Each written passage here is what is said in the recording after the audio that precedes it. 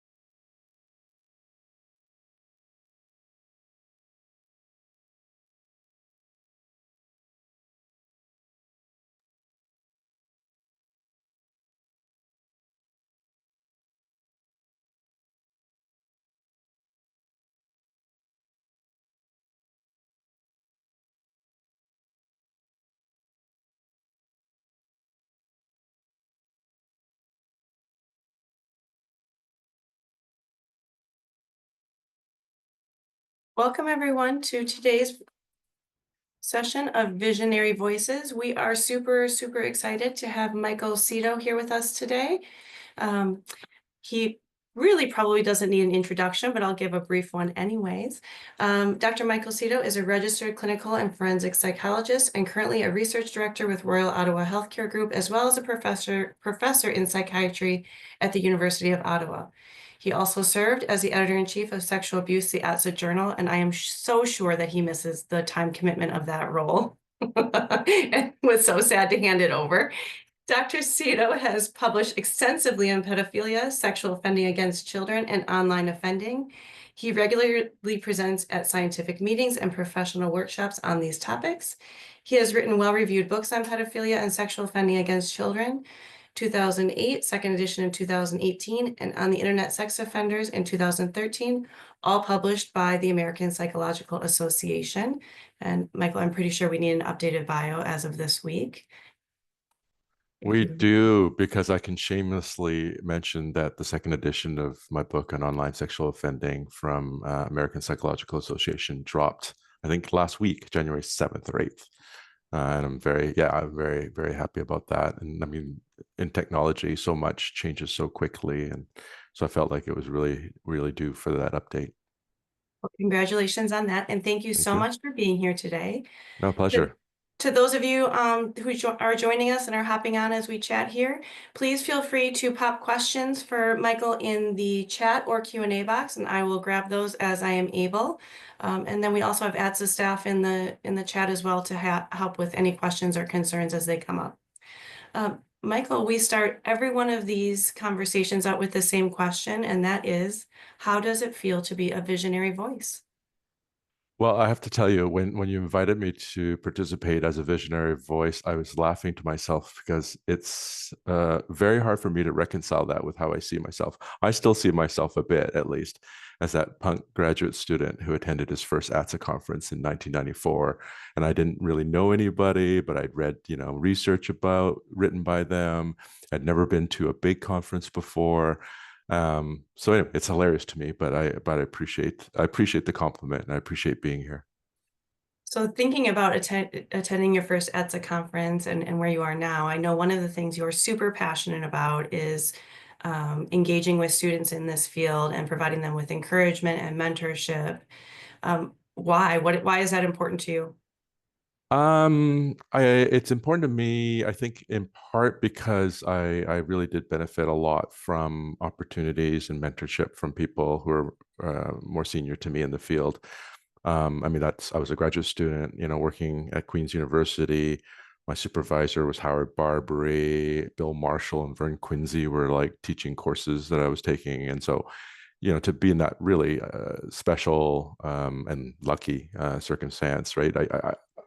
And seeing how they were with their trainees and sort of how they were, part of that was like role modeling. I wanted to sort of pass it forward as well. And then I really do take seriously, like it is the next generation. Like, now that I'm older, I guess maybe that's part of being visionary voice is being older. But now that I'm older, it really means a lot to me that I can see there's these practitioners and researchers and policy and advocacy folks and people working, across lots of different sectors and fields. Like it's fantastic to see all those younger people really taking up the torch and working to prevent sexual abuse. Like, I can someday, maybe not right away, but soonish, retire and feel like, the field is in good hands. So it means a lot to me, and I enjoy it as well. So having talked to you about this quite a bit, I know how passionate about it. I know you enjoy it. And at the same time, I know that students are looking at you from across the room and thinking, I could never go talk to Michael Seto. I'm way too intimidated by that. What advice would you give those students? I don't think of myself as intimidating, which of course doesn't necessarily change their perception, but hopefully like this kind of maybe conveys I don't take myself very seriously. I don't think anybody, actually, I don't think anybody should take me very seriously. Yeah, okay, I've done research. I've been involved in this field for quite a long time, and so I have some seniority or whatever. But it's not I think when I think back, actually, when I think back to being a student myself, I also was held back. Part of it was shyness, which I don't know how to help people with shyness, except that you kind of have to maybe push yourself a little bit and get a bit out of your comfort zone. But part of it was like I didn't want to impose on people. I felt like, oh, they're busy, they're talking to someone, they're doing things. Like, who am I to kind of introduce myself and ask a question or make or even more intimidating, make a comment based on something they presented. But invariably, when it actually happened, when there was an actual opportunity to do that, or somebody kind of nudged me or encouraged me to do it, no one was ever a jerk to me. No one ever acted like it was an imposition. Everyone was really kind and accommodating, and I like to think that almost everyone is like that too. So that's one bit of advice I would have for students: is you're not imposing. It's for me, actually, it's one of the things I enjoy about going to the conference. Is For those who know me, they know I love giving unsolicited opinions and advice. So you're not imposing on me. If anything, you're giving me an opportunity to give you unsolicited opinions and advice. Love it. Would you give any different advice to a student in the research field versus a student in the clinical field? I mean, I would in some senses. I would, but I would also think there's some things that I would say to both clinical students and research students that are the same. And one of them that I was thinking about recently was that something that I think would be really helpful for students and trainees, and also just newer people to the field, is to appreciate that our field has a lot of specialized knowledge that we've accumulated through practice, through research, but that we are nonetheless situated in the bigger landscape in terms of like what we know about how to help people on the clinical side, or what we do know about human behavior. That sounds a bit abstract, but what I mean by this is there's definitely lots of things just on the clinical side. There's lots of things that we need to know about, dynamic risk assessment and treatment targets, and intervening in a way consistent with the risk, need, and responsivity principles in rehabilitation. And so there's lots of specialized knowledge there that we need to learn and to be effective. But simultaneously, that clinical work is built on the absolute fundamentals. Like, you need to be able to establish a therapeutic alliance. You need to sort of create this tone where this is a place where we can actually help, and people can be helped, and they can grow, and all sorts of things. And so those are universals. Like, I don't, basically my advice is definitely read up on what we know about practice and research in terms of treatment and prevention of sexual abuse, but also read more broadly, because on the clinical side, there's that, the fundamentals, therapeutic alliance, and everything else. And then simultaneously, on the research side, absolutely, there's some things that are really unique and specific to the populations that we're working with. But again, they're people. And so a lot of what we know about cognitive psychology, social psychology, if you're working with youth, research or practice, developmental psychology, that's all relevant as well, right? One of the things I know that ATSA has been really consistent about is that othering, people who sexually offend are way over here. They're so different and terrible and so on. I get why people think that, and I get why the public often reacts that way, but they're not. They're people, and they have done things. And so that's one bit of advice that I would give, is to appreciate our specialness, but also understand we're situated in this broader understanding. I love that. I think that's really important. I think that's not just advice for students, but that we can all hear every day and be remembering as we do our work. It's interesting that you say and bring up the social stigma associated with the folks that we work with in this field. Certainly, being in the role you're in, you must have gotten feedback, negative feedback, I assume, about your work. How do you process that feedback when you get it from people who just simply don't understand it? Um, Well, I think it depends. It depends. Weirdly, maybe because I've been involved in this work for literally, oh man, I can't believe I'm saying it, 30 plus years. And I've written a lot, and then also sort of over time I've been in the media. I actually have gotten surprisingly little harassment or trolling or bullying as a result of either the things I've said or the things I've written or the work. Although I definitely have gotten negative backlash. Um, I mean, part of it is if it's from people who clearly aren't trying to understand, but are just lashing out, or being trolls or bullies. I just don't respond. There's no, I can't see anything gained by engaging with that. But sometimes it's out of ignorance, or it's out of like emotional reactions because of either their own personal experiences or the experiences of people close to them. And then I feel like, talking to people can really be helpful in terms of that's an opportunity, right, to intervene. So if it's Mhm. about ignorance, then it's about maybe sharing some knowledge, right? Like, okay, you think everybody reoffends, and so they should just be locked up forever.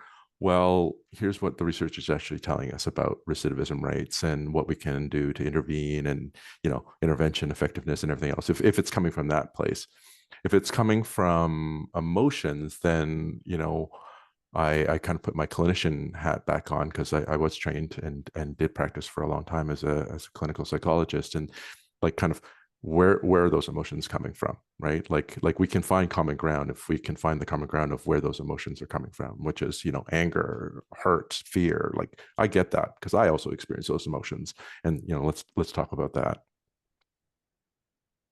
Super, super, like super insightful. When you were getting started in this work, what made you pick this field? What made you decide I'm gonna go research pedophilia and sexual offending online?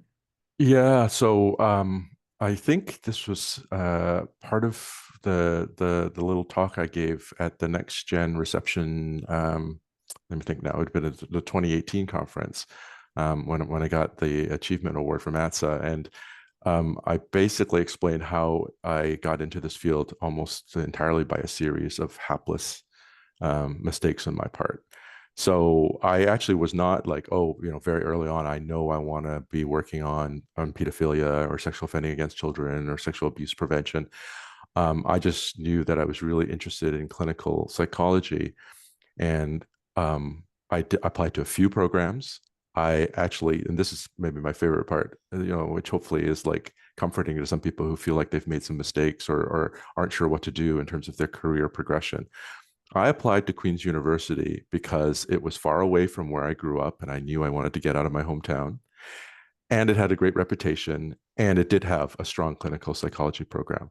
I show up as a candidate, not actually knowing what Howard Barbary, Bill Marshall, and Vern Quinsey had accomplished in terms of forensic psychology, and particularly their research on sexual offending. So, like, how about that? I show up in maybe like one of the most amazing training programs to be in this field at a time when they were all faculty, and I didn't go to that program because of that. So, but then, of course, once I got exposed to it, there was just something about it that really grabbed me, and I've been trying to solve those problems ever since. We have a question from one of our attendees, and the question is, what is one or more research finding in the field that surprised you? And what do you think we should focus on researching? Oh man. What is one research finding that surprises me? Um, I don't know. I have the hindsight of poor memory and have been at this a long time, so I can't remember things. Let's see. Oh, I'll talk about one, sort of like reflecting back on my career, early experience. Um, I remember when the first results came out of the SOTEP evaluation out of California. This first randomized clinical trial evaluating a really prominent sexual offending treatment program. And I was sure it was going to be positive results, and it wasn't. And I mean, the field kind of just reeled. It was unexpected. I didn't expect it either. We really had to grapple with, understanding that trial and thinking about what that meant for, evaluating what we do, what we could do better, and all this sort of stuff. So that's one thing that was like, I'd say, quite kind of earth shaking when those first results came out. And then in terms of researching now, I feel like there's just so many different questions. I mean, one of the things that I love about research is that as you hopefully gain knowledge on something, there's like tons of other questions. So, just again, reflecting on my own career, there was just so much we didn't know or understand about sexual attraction to children when I first started doing research on that topic. And this is, going back 30 years. And, we've advanced a lot, right, in terms of assessment methodology, understanding sort of what that experience is like, phenomenologically. More recently, there's been research about stigma and mental health, well-being, help seeking, and all these kinds of things. But there's still, right now, just focusing on pedophilia, tons of questions about what exactly is going on developmentally, right? So in my conceptualization, it's something that people realize about themselves in adolescence as they start having sexual feelings, just like, most people start realizing they're attracted to the same gender or another gender or both or neither, or, so there's this discovery process. It's like, but what's going on developmentally? I feel like there's tons of questions there. Um, Almost everything we know about pedophilia comes from men, but we know that, there are women, there are non-binary persons who have this attraction as well. So what's going on with that? I could go on and on, but there's just, yeah, we as we learn things in a way, the way I think of it, if I can use a visual metaphor, is like we're kind of hiking, and we're climbing up a hill because we don't know what's over the side of the hill, and then we kind of get to the top and we can see, but then in the distance there's an even bigger range, and so it's like, oh, clearly there's like more I don't see there. So that's what the process is like, or it's been like for me over the course of my career. As a follow-up question to that, we have another attendee saying, how would you recommend getting involved with this type of research? Which research? The research on pedophilia? I assume, yeah. Well, I would say definitely, and this is actually kind of jumping back to an earlier question, right, about advice for students, is one of the things that I've definitely learned on both the clinical side and the um, research side, and actually also on the policy advocacy side, is we're not in this on alone. Like it is collaborative. It is necessarily teamwork. Like one of the things that I would say on the research side specifically that I have really, I think I learned it earlier on, fortunately, and it has really made a huge difference to me in terms of being productive in terms of research, is we all have our strengths and weaknesses, right? None of us, maybe there's a few people in ATSA who are like basically awesome and perfect, but when we won't name them because it would just make me feel jealous. But I'm not perfect, and I definitely don't know everything. And so one of the things that's really benefited me in terms of research is working with people who have complementary strengths. So, one of the things I always talk about is how I've benefited so greatly working with people who are amazing in terms of attention to detail and just the meticulousness with which they execute all the steps that you need to do in carrying out a research study. I'm not great with that. I get a little bit distracted because I guess I have too much on the go, too much on my mind. And so that meticulous attention to detail, I'm not strong on that. But I do have like maybe strength in terms of like having a sense of the bigger picture and what are the important questions and how do we tackle that. And then, being able to write about it as well. So going back to the question from the chat, uh, I would say definitely, build on your networks. Like if you know that you want to be more involved in research on pedophilia, obviously read about it, contact authors. Again, it might feel like you're imposing on people to email them if you have a question or some ideas about a paper of theirs. But I'll tell you, it's actually a thrill. Like when I get an email asking me about something that I've written, it tells me that somebody read it and has thought about it and is genuinely, engaging with it. And it's like, that's a thrill. So do that. Go to the conference. That's a chance to approach people and talk to them. And hopefully there'll be opportunities. Yeah.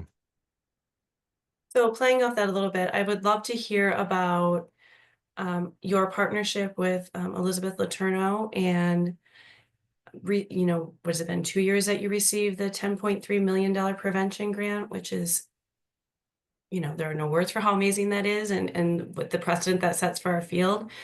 How does that feel to have received that grant, and is there pressure that comes with it on having to deliver something for the field? Talk about that a little bit for us. Sure. So you're talking about our what we're calling now our prevention global effort, which is a 5-year program of work that was funded by the Oak Foundation, and like you said, 10.3 million US over 5 years.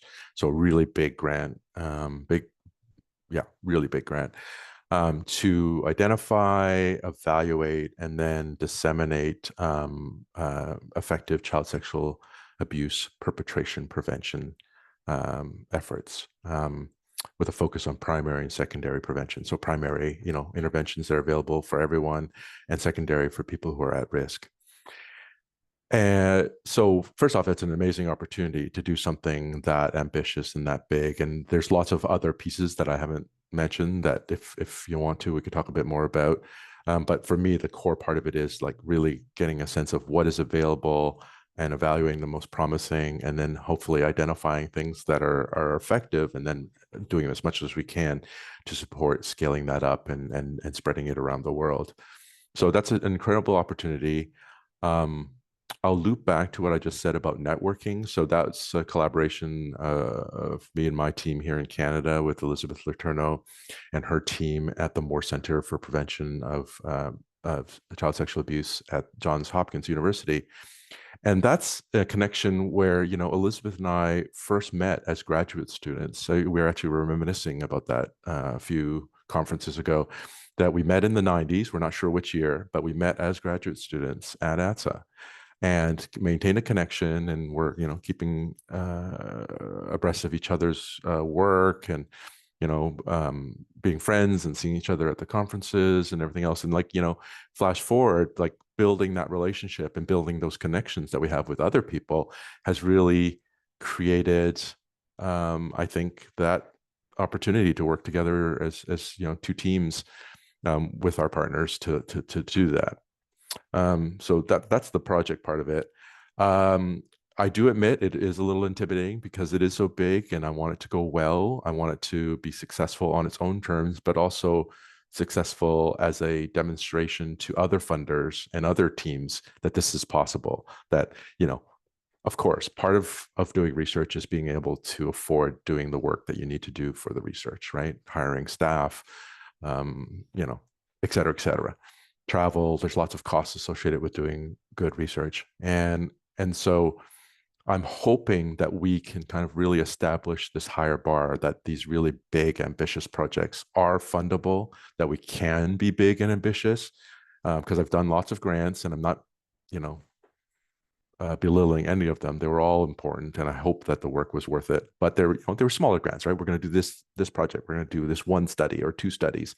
We're going to look, at particularly this setting or these couple of settings. Like this is hopefully global, and that's part of both what's exciting and intimidating about it, that it is big. But it's going well. If you can believe it, we actually got that grant in 2021. So it's been, now that we're in 2025, it's almost 4 years later. We still have a ways to go. But it's been going well. We definitely have already been producing some useful things, and I'm really excited about sort of the next 1 to 2 years in terms of delivering further. For anyone interested in learning more about that, we do have an exclusive member briefing coming up from Elizabeth and her team on where that research is at the moment. You can check it out on the ATSA website. Michael, I have to tell you that the questions are coming in faster than I can read them, but here's one. Here's a recent one. How do you make sense of finding that denial is not related to sexual recidivism? If someone asked you this in court, what would you say? I think of it more as a treatment interfering variable. I would agree with that person. Denial or minimization of responsibility is obviously a significant clinical issue. And it can definitely interfere. Like, I mean, if somebody truly denies it, then it's like, well, why do I need treatment? I didn't do it. And there's some guidance on that, but that is potentially really therapy interfering. I think of it almost as a responsivity factor if we kind of go back to the risk-need responsivity framework. In terms of, what do I think about the finding that, and there's some nuance there, but let's just focus on the big finding, which is that denial of responsibility is not a risk factor for recidivism. How can I say this? I think it kind of speaks to my, for lack of a better word, skepticism about what people say, which is a weird thing to say as a clinical psychologist, I know, but I don't think it's a surprise to anybody, right? Like we always need to have at least a couple of, bowls of salt around that, people will self-report and they will intentionally lie to us, or they won't intentionally lie to us, but their recall is imperfect, or it's colored by things, right? Like you remember it as way worse than it was because right now you're in a low mood and depressed and just have a really kind of gray colored lens to thinking about your past. So we know about those limitations of self-report. And so I think one of the things for me is like with denial and recidivism, like denials basically comes from what they tell us. And it's like it's complicated. Like, are they truly denying? Like they really like I didn't do it. Well, part of it is in a small percentage of the time, they actually didn't do it. Right. And so, I'm not the trier of fact. So I'm not going to relitigate the case and say, actually, no, maybe you were innocent. Like, I got to go with what I know, which is you were convicted of a sexual offense and you're in this program now. Right. But sometimes it's that. Sometimes it's denial because it is serving a self protective function. Right. I can't live with myself if I accept and acknowledge that I have done these particular things. Like it's complicated. So anyway, whenever you have something really complicated like that, it's harder for it to be related to recidivism because denial is actually a whole bunch of things. There's denial because it's actually truly innocent. There's denial because it's self-protective. There's denial because of cognitive, rationalizations and all these other things, as opposed to why is something like criminal history, right, or diagnosis of pedophilic disorder, why is that reliable? It's like that's based on behaviors, and it's based on something that we hopefully are reliably identifying about a person. It has a better chance to be a robust predictor as opposed to what they say. Just ultimately the end of it. Is there a way that you would explain that to if you were in a community and you're working with the victim service organization in your community to end sexual violence? Is there a way that you would explain that to them in a nutshell that was understandable? I would say that denial is a challenge and that it's something that we can work on as a target for treatment. But being clear in our minds, we're not targeting, and I don't believe, by the way, in that sort of adversarial clashy thing, right? But we can work with that.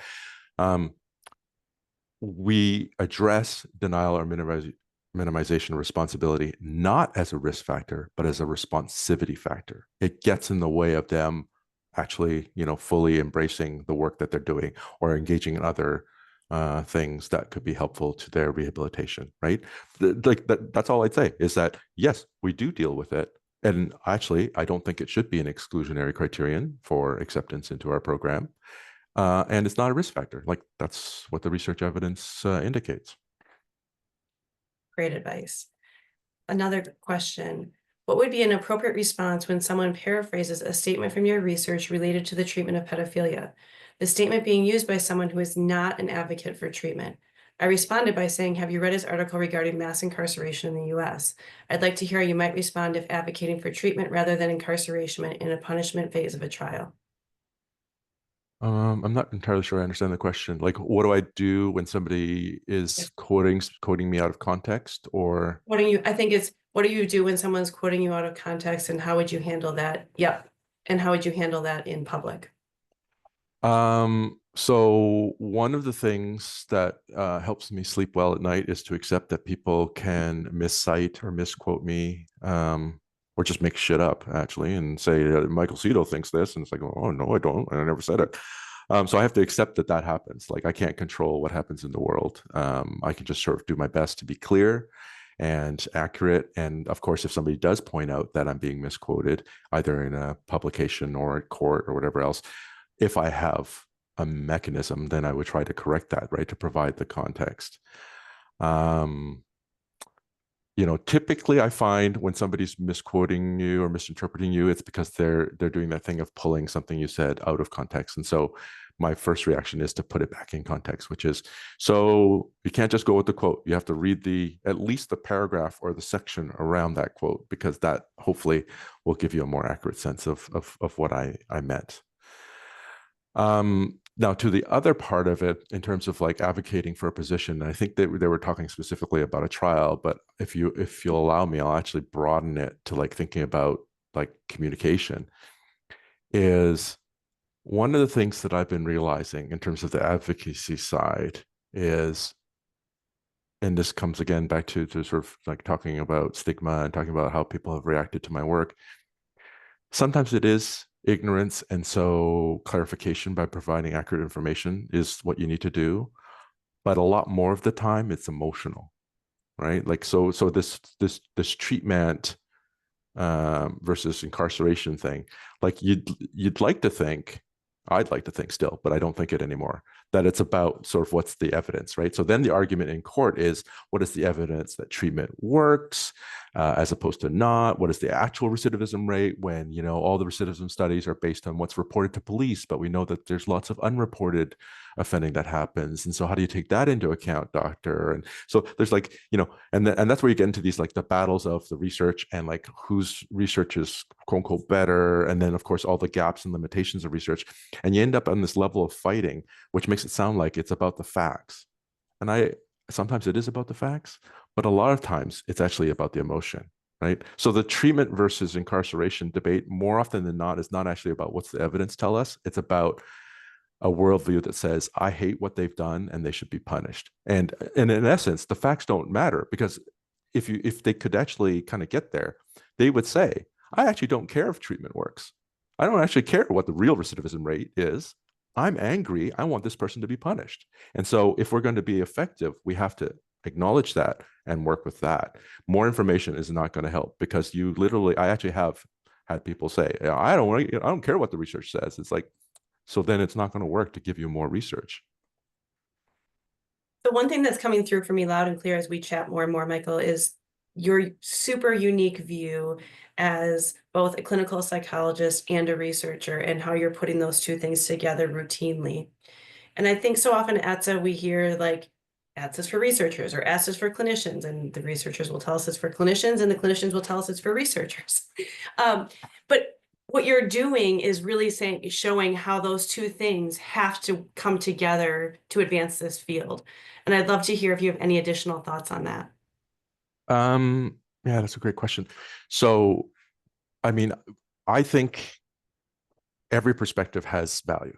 And so to the extent that we have this sort of like clinical, and I hope it's not versus research, but clinical on Yeah. this side and research on that side, like I think we benefit from working together and learning from each other. I really do. And whether that's as an organization where we've got clinician members and research members, and not a unicorn, but the minority of clinician researchers, I think, you know, that is beneficial. I don't think we could get as far if it was all clinician or all research.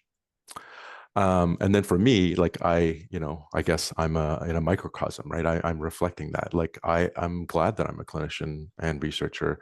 Um, I would say a lot of, if not most of the research questions that I've really tried to pursue over these decades have been driven by clinical practice. First, my own practice, and then of course, talking to colleagues and then talking to clinicians in the field. Like they identify gaps. I'm working with this, or you know, to focus on online offending, which is you know, something that I've focused on um, you know, for almost 15 years now. Like that literally came from, we were starting to see more referrals for people coming to the clinic in Toronto at Center for Addiction and Mental Health, where historically it was almost entirely contact perpetrators with some non-contact perpetrators, you know, exhibitionistic or voyeuristic behavior. Suddenly it was like this growing number of people who were coming to the clinic because of child sexual exploitation material offenses. And so all the clinicians were like, what's up with that? Why are we seeing more of them? What do we know about them? Intuitively, they pose a risk to children since they're looking for this kind of content. But what is that risk? What else is involved? How do we explain it? And like that was, you know, what's 15 years in counting of research from just seeing that uptick in referrals.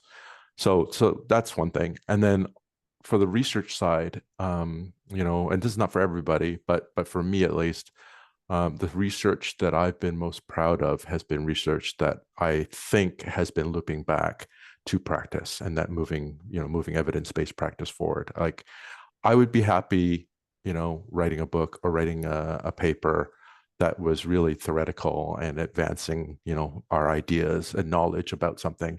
But yeah, at the end of the day, the stuff I'm most proud of is the stuff that actually fed back and hopefully has really made a difference in terms of evidence-based practice. So, yeah, so that's me as a person, and that's what I see as the field. Like, I don't think our field would do as well if it was all research or all clinician. Totally agree. There's a follow-up question on that from one of our attendees, and it's how do you view the value of personal experience in both the clinical and research venues? I think that's important. That's another perspective, right? Like, you know, uh, I'll put on my clinician hat first. So one of the things that was a big part of my training as a clinician and hopefully my evolution as a practitioner was like acknowledging your biases, thinking about, you know, how are you reacting to this client? What is it about them that's maybe causing you to have a certain feeling or view of them? And, is that fair? Basically check your bias. Um, and then simultaneously on the research side, it's the same thing, right? Like, it's all well and good to say, well, science, it's objective, it's completely observable, and that is actually the aspiration, right? That's the ideal. But science is done by people, and so, acknowledging similarly, I have certain views and experiences and biases, and um, thinking about how that might impact how I do my research or how I interpret the findings, or what I try to do with it. So now that's on the bias side. On the more sort of positive side, I think that um, the personal experience, personal perspective is like, we're people, right? And we're doing this. Like, I mean, I think I've said this, and if I haven't, I'll say it here. No, I have said this. Part of my motivation to be in this field is that people who are very near and dear to me have been harmed by people sexually, and I don't like it, and I want to do something about it, and that motivated me both clinically and research wise, and so that's coming from my own personal path, my life. Playing off the first part about bias a little bit, just a little bit more. When you were editor-in-chief of the journal, I know that you put considerable effort into making sure it considered diversity and equity and accessibility more. And you did a great job with that. Thank What you. do you think we need to do in our field to consider that more as we're thinking about research and practice? Um, I at least part of it is about diversifying the membership and diversifying, and not just the membership, because that's ATSA, but like the field is diversifying the field. Like, I appreciate that you liked that and think it was valuable. But yeah, part of what I was trying to accomplish when I was editor in chief of the journal was acknowledging that if we all have a particular kind of set of experiences and views and everything else, which, is part of being human, one of the ways to like kind of take that into account is having lots of different lives and experiences and perspectives, right? Like, bluntly, um, if the journal editorial board was all men, it would have a different editorial board lens than an editorial board that includes men and women, and ideally people who are non-binary and so forth. So that's on gender. Um, Similarly, when we think about, and we've actually seen some of that work in our journal, right? When we think about the implications of systemic racism and structural barriers and things like that, it's going to be different if the editorial board's all white people versus a more diverse group. And so that is what I was trying to do at the journal. And I think if you're thinking about the organization and you're thinking about the field, it's the same benefit, right? It's why I think, and this is something I've said as well, although maybe not publicly, so I'll say it publicly now. I think it's good for ATSA as much as possible to have an international membership. I recognize a lot of it's based in the US. I recognize that a large proportion of the membership is American. That's fantastic.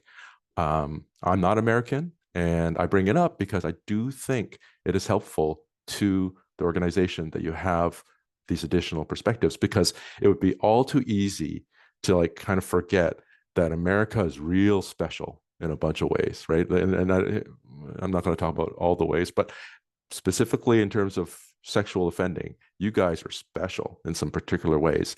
And so just thinking about that and registration and civil commitment and like all these kinds of things, the kinds of sentences that come out, like that would define the work that's happening in the field in a way that doesn't generalize. And so having that international perspective, I think, has been, thankfully Canada's close and there's a whole bunch of us. But I think that's been good for the field and for the organization that you've got Canadians and of course others involved. I completely agree with that. Playing off that a little bit more, the sort of specialness of the US in terms of some of the policies we have.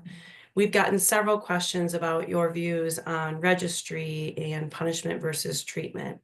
So I will give that to you and we'll answer like 4 questions with that very broad one. Well, so this is one, and it's like I wish I had the answers. I don't have the answers, but I definitely can point to some of the challenges and possibilities. So there are some particular policies that are pretty unique to the United States, although they've spread a little bit, right? There are registries in other countries and so on. I do think it's really important that we have research looking at the impact of things like registration, looking at the characteristics and outcomes of people who've gone through the civil commitment process. All the work that kind of goes into challenging risk assessment, validity, and diagnostic reliability, and all these kinds of things. So we need that evidence base. That's one thing for sure. Evidence is not enough though, because if it was really evidence-based policy, I think some of those policies would have been abandoned now. So that's clearly not enough. So then where do we go? And I think about the advocacy and communications work. One thing is money.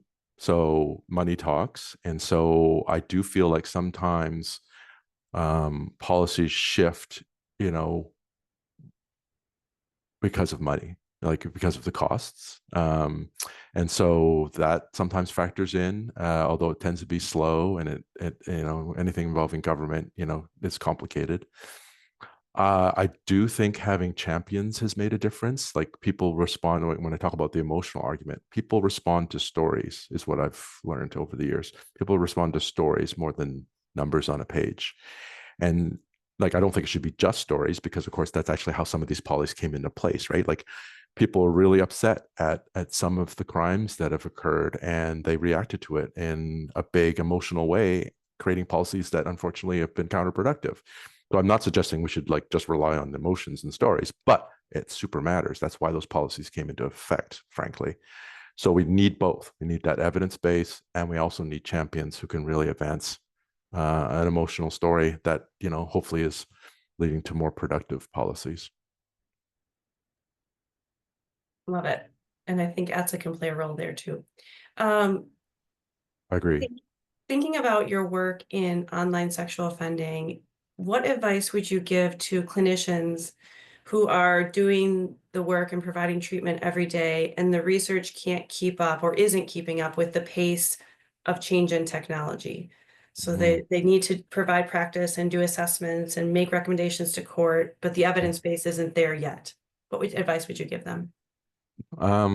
Okay, shameless plug number 2. If you read my book, which was just released last week, you'd see that on all seriousness, I one of the things I write about is that technology is advancing so fast, and so it's like there's new apps, new platforms, new countermeasures, right?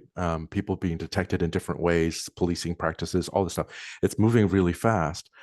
But what doesn't move as fast is the psychology of the people involved. And so my advice in the book and my advice to people who have that question is keep your eye on the psychology. And what I mean by that is if you are working with people who are sexually attracted to children and acting on that attraction, it's going to be expressed in a bunch of different ways, right? It's going to be expressed in possibly looking for child sexual exploitation materials or engaging in sexual interactions or in looking at material that's not illegal but is adjacent, right? In terms of in the States, stories or drawings or things like that.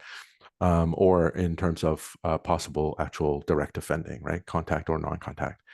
So it's all these different forms of offending, all these different apps and platforms where that might take place. But if we focus on the online part, the app is actually not that important, right? Like it is important in some senses, in the sense of if there's a lot more happening on, say, Snapchat as compared to Instagram, there's something about Snapchat, either who's there, how it's used, whatever else. There's something about the app that is relevant there, but the underlying psychology is still the same. It's people with a particular either attraction to children or other risk factors engaging in this potentially harmful behavior. And then on the other side of it, children who are vulnerable for reasons that we have actually a growing sense of why that is. So it's not about like, so in terms of going to court, it's not about, we should just ban Snapchat, or in this case, because it's going to happen in 3 days, let's ban TikTok. It's like, it's not the app, it's what that app allowed. And it's the psychology underneath it that we have to really face, right? So if TikTok is quote unquote too addictive, it's not a TikTok problem. It's the fact that there's ways that you can make use of these apps so addictive that it actually is harmful to young people in terms of their mental health and bullying and all this sort of stuff. Like, you know what I mean? Like, it's the mental health and bullying part that we got to keep our eye on, not whether you deal with TikTok or Snapchat or whoever else. So that's one thing. So yes, the technology is moving fast, and we have to think about where's the new risk vectors and how do we mitigate. But that's less important to the work that we're doing than understanding the psychology of the people involved. I think that is profound, and I think we should go buy your book, Michael. Good idea. Great advice. Go read more. There's several questions coming back to the international versus US conversation, and I think it's really all of them are sort of revolving around this idea that American ideas are impacting countries around the world, and how do we respond to that and or deal with that? Yeah. Wow, that's a big question. So one of the things I think is that it's true that American based or originated policies have the chance to spread around the world. But part of it is about frankly the lessons learned, right? Like, so I'll give you an example of what I mean. There's a lot of positives, like a lot of what we're doing in terms of risk assessment and treatment and other kinds of practices, right, is in fact going around the world, and that's a positive because it's based on sound research and it's evidence-based policy and practice, and so that's a positive. America and Canada and other countries spreading outward. In terms of counterproductive policies, civil commitment doesn't have traction, right? Like, in fact, it doesn't have traction in the United States. They haven't dropped it in the states that have it, but as far as I know, it's not spreading to more states. And the reason it's not spreading to more states is because people are going, holy crap, it's expensive. And I actually don't see the evidence that it's making people safer. So those, was it, I think it was 21 or 22 states, the majority of states are going, yeah, we don't need that. And I don't know that there's any traction for civil commitment as a process outside of the United States. So I'm not so worried if there's been enough time. It's if things are happening fast that, then there's a risk of potentially harmful or counterproductive policies getting spread. But something like civil commitment, which is like, frankly, not kind of working the way it was planned, people see it, and so other states don't want it and other countries don't want it. Do you think moving the language of risk management / reduction versus treatment might be better received by the public? Another question from our audience. So I'm not sure I understand it. Like, you changing the language in which we talk about it? I think, yeah. So I think saying, instead of saying, well, we should provide treatment or treatment versus punishment, that we are going to move towards, or the idea to move towards risk management and reduction versus the word treatment. Oh, I see what you mean. I'm not sure about that because I don't know that I would go with risk management because my knee-jerk emotional reaction would be the best risk management is keeping people locked up. Like, I don't care about treatment, which may or may not work or may not work for everybody. So I don't know that I would go that way. Um, the pitch I would make, actually, which I think is part of consistent with Prevention Global and consistent with ATSA's mission, is talking about it as a contribution to the prevention of sexual abuse, right? More effective law enforcement, more effective policy, um, better victim support services so people are more willing to report and come forward, effective treatment, effective risk management, risk assessment and treatment. Like that's everybody's doing their part to prevent child sexual abuse. Like that's a message I think has traction. Like because frankly, who's against that? Like that's I'm quite serious. Like if I said my job ultimately as a clinician and researcher is to prevent child sexual abuse, who's going to turn around and say, oh, I don't want you to do that? Right. But if I say, well, I'm a treatment provider, you will get some people say, what's the point of that? Treatment doesn't work anyway, or it doesn't work for everybody. So you can't guarantee me that they're not going to offend. Or risk manager. I'm a risk management person. Well, you know what the most effective risk management is? Locking people up forever. So you kind of set yourself up if you frame it in these other ways. But who's against prevention of sexual abuse? So I would think about that. Completely agree with that. So having come from the victim services side of things, victim service providers easily stand up and say, I prevent sexual abuse. They have absolutely no problem saying that. In our side of the work, we are afraid to say that sometimes, I feel like, as providers, and and understandably from the blowback that you might get or anything. But I think if we just stand up and say it and own the work, it really can be impactful. So I Mhm. appreciate your perspective on that. Yeah. And sorry, I just want to make sure I would say one more thing. I'm not suggesting that anybody should be embarrassed that they are a risk manager or a treatment provider, right? Like these are noble vocations. I'm saying in terms of messaging, Framing. I think we kind of set ourselves up a little bit when we frame it that way. I agree completely. So as we get to the end, there are certainly way more questions than we're ever going to get to in terms of time, but I always like to wrap up with the big question, which is if you could wave a magic wand and change one thing, what would you do to prevent sexual abuse? Um, in all seriousness, I would want to dismantle the patriarchy. It is like, in terms of attitudes and history and structures, you could pin a lot of sexual violence against actually everyone, women in particular, but also children and also men and non-binary persons. It's right. The foundation of it is a certain set of attitudes and beliefs and values that I would describe as patriarchal. So if I could wave a magic wand, I'd want to dismantle that. And there's that. I don't know if there's anything more that we can say. Michael, I so appreciate you taking the time to chat with us today. Thanks to everybody in the audience for their wonderful questions and engagement.